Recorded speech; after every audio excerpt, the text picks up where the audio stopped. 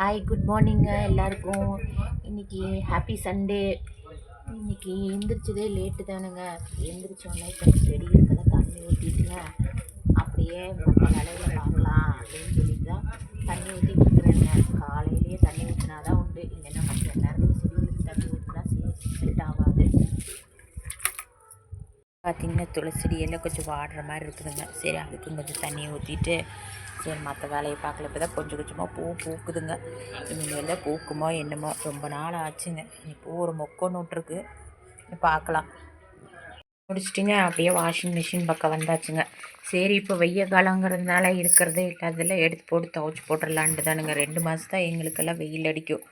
அதுக்கு மேலே மழை காலம் தொடங்கிடுச்சுன்னா எங்களுக்கு துணி துவைச்சாலுமே காயறதெல்லாம் ரொம்ப சிரமங்க. அதனால் சரின்னு வாஷிங் மிஷின் துணியெல்லாம் எடுத்து போட்டு துவைச்சி போட்டு கொஞ்சம் ஹெவியான மெட்டீரியல்லாம் துவைச்சி போட்டு காய வச்சிட்டோம்னா மீதி ஒரு 2 மாதத்துக்கு கவலை இல்லாமல் இருக்கலாம்.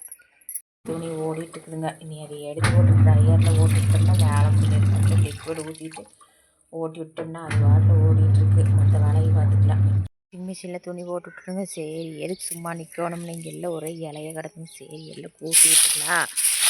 ஊட்டி விட்டோம்னா ஒரே வேலையை முடிச்சு வரப்போ எல்லா வேலையும் முடிச்சு போட்டு குளிச்சுட்டாக்கணும். வேறு ஒரு வேலை ஒன்று இருக்குது, கொஞ்சம் வெளியில் ஒரு புண்ணியாஜனைக்கு போகணுங்க. சரி, அதையும் பார்த்துட்டு இருந்துக்கலான்னு தான் கூட்டி விட்டுக்கணுங்க.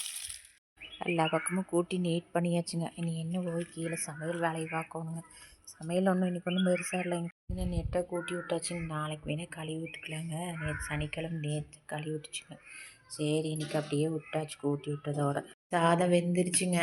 இனி வடிக்கணும். உங்கள் வீட்லையெல்லாம் எப்படி வடித்து சாப்பிடுவீங்களா இல்லை குக்கரில் வச்சு போடுவீங்களான்னு கமெண்டில் சொல்லுங்கள். பாத்திரமெல்லாம் கழுவியாச்சுங்க. சிங்க் கொஞ்சம் கழுவி விட்டுருந்தாங்கன்னா சிங்க்கு கழுவிட்டுருக்குறேன். எப்படியோ ஒன்று கழுவி விட்டோம்னா இந்த வேலையை முடிஞ்சிடும். வீடு ஒன்று துவைச்சா போடுங்க.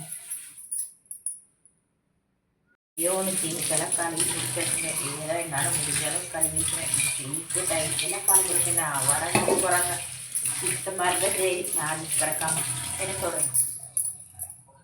இந்த சாதமும் வடிச்சாச்சுங்க. இனி ஒன்றும் ஸ்பெஷலாக இன்றைக்கி ஒன்றும் இல்லைங்க. ஏன்னா எங்கள் ஊர் கோயிலில் திருவிழா இருக்குங்களா, அதனால தான் இந்த க்ளீனிங் எல்லாம். இல்லைன்னா எதுக்கு இந்த அலப்பறை. இன்னும் நேற்று வச்சு குழம்பே இருக்குதுங்க. அதனால் அதை வச்சு சாப்பிட்டுக்கலான்ட்டு விட்டாச்சு. இன்றைக்கி எல்லோரும் ஃபங்க்ஷன் போயிட்டாங்க. அதனால் ஃபங்க்ஷன்லேயே சாப்பிட்டுக்கலாம். ஈவினிங் மட்டும் ஏதாவது ஒன்று பண்ணிக்கலான்னு சொல்லி கொடுத்துங்க விட்டாச்சுங்க. பக்கம் பாருங்க, எங்கள் வீட்டு செல்லக்குட்டி ஊஞ்சலில் தான் தூங்குவாங்களாமா.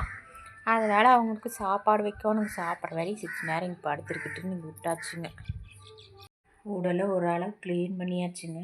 இனி நாளைக்கு பார்க்கலாங்க. இன்றைக்கெல்லாம் கொஞ்சம் வேலை ஜாஸ்திங்க. அதனால் ஓரளவு க்ளீன் பண்ணி வச்சுக்கிறேன்.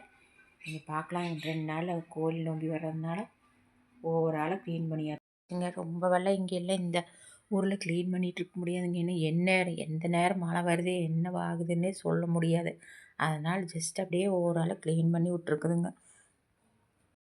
இந்த பக்கம் சாமி ரூம்னு பார்த்திங்கன்னா அவர் காலையிலே க்ளீன் பண்ணி விளக்கெல்லாம் பற்ற வச்சுட்டு போயிருப்பாராட்டுருக்குதுங்க.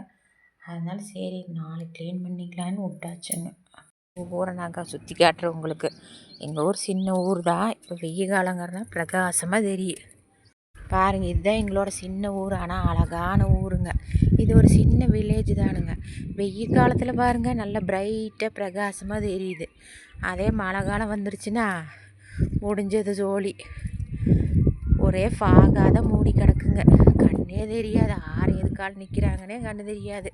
அதனால் வெயில் காலம் வந்தோன்னா அந்த சம்மர் சீசனை முழுமையாக அனுபவிச்சுக்க வேண்டியது தான். மாடியில் நின்னா போதுங்க, ஒவ்வொரு உலகத்தையே அப்படியே அப்சர்வ் பண்ணிக்கலாம். யார் என்னென்ன பண்ணிட்டுருக்குறா, யார் எங்கே போயிட்டுருக்குறா, என்ன நடக்குது இந்த ஊருக்குள்ளேன்னு தெரிஞ்சுக்கலாங்க. வெளியிலலாம் போக வேண்டியதில்லை. பார்த்துக்கோங்க. இதுதான் எங்கள் ஊர். எப்படி இருக்குதுன்னு கமெண்ட்டில் சொல்லுங்கள். இல்லைல்ல ஒரு வழியாக துவைச்சி காய வச்சாச்சுங்க. சாயந்தரக்குள்ளே இது காஞ்சா சரிங்க. பிளாங்கெட்டெல்லாம் போட்டாச்சுங்க காயறக்கு. நீ சாயங்காலமாக முழுசாக காயுமோ இல்லை 2 நாள் எழுங்கின்னு காயுமோ என்னமோ தெரியல. வேலை முடிஞ்சது ஆக மொத்தத்தில். மேடை ஏறி போயிட்டுருக்குறேனுங்க. மணி 12:30 ஆகி போச்சு. ஃபங்க்ஷன் முடிஞ்சுதோ என்னமோ. சரி இருந்தாலும் பரவாயில்லன்னு ஒரு அட்டண்டன்ஸை போட்டு வந்துடுவோம்னு போயிட்டுருக்குறேனுங்க. நான் ஃபங்க்ஷன் போகிற வழியில் எடுத்த வியூ தானுங்க. கம்ப்ளீட்டாக இது ஃபுல்லாக டீ எஸ்டேட் ஏரியாங்களா. எவ்வளோ பியூட்டிஃபுல்லாக இருக்குதுன்னு பாருங்கள். எங்கள் ஏரியா எப்படி இருக்குதுன்னு கமெண்ட்ஸில் சொல்லுங்கள். பார்த்தீங்களா இந்த வியூ எப்படி இருக்குன்னு, எப்படி பச்சை பசேர்னு சூப்பராக இருக்குது பார்த்தீங்களா.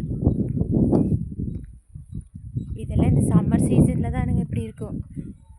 ரெய்னி சீசனில் பார்த்தீங்கன்னா ஃபுல்லாக ஃபாக் கவர் ஆகிடும், நடக்கிற வழியே தெரியாது. ஸோ இந்த சம்மர் சீசனை என்ஜாய் பண்ணிக்க வேண்டியது. ஏக்கு வந்தாச்சுங்க. இது வந்து தோடா மந்துன்னு சொல்லுவாங்க. இங்கே வந்து தோடாஸ் இருக்கிற ஏரியா. ஸோ வாங்க, நான் உங்களுக்கு அந்த ஃபங்க்ஷன் நடக்கிற ஏரியா கூட்டிகிட்டு போய் காட்டுறேன். ஃபங்க்ஷன் நடக்கிற வீட்டிலேருந்து மாடியில் இதுதானுங்க வியூ பாயிண்ட்டு. நான் தான் நேரமே வந்துட்டேன் நட்டுருக்குதுங்க. இங்கே எல்லாம் சமையல் இப்படி தான் ஆகிட்டுருக்குது. சரி இருந்தாலும் பரவாயில்ல, சத்து நேரம் இருந்துட்டு போயிடலாம் வெயிட் பண்ணிட்டு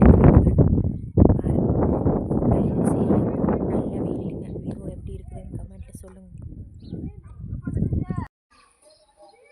இதுதான் அந்த புது வீடுங்க. இன்னும் வேலையெல்லாம் முடியலையாட்டிருக்குதுங்க. சரி நல்ல நேரத்தில் புண்ணியாஜனம் பண்ணிடலாம்னு பண்ணுறாங்களாட்டிருக்குது. கொஞ்சம் வேலை இருக்குதாட்டிருக்குதுங்க பாரு.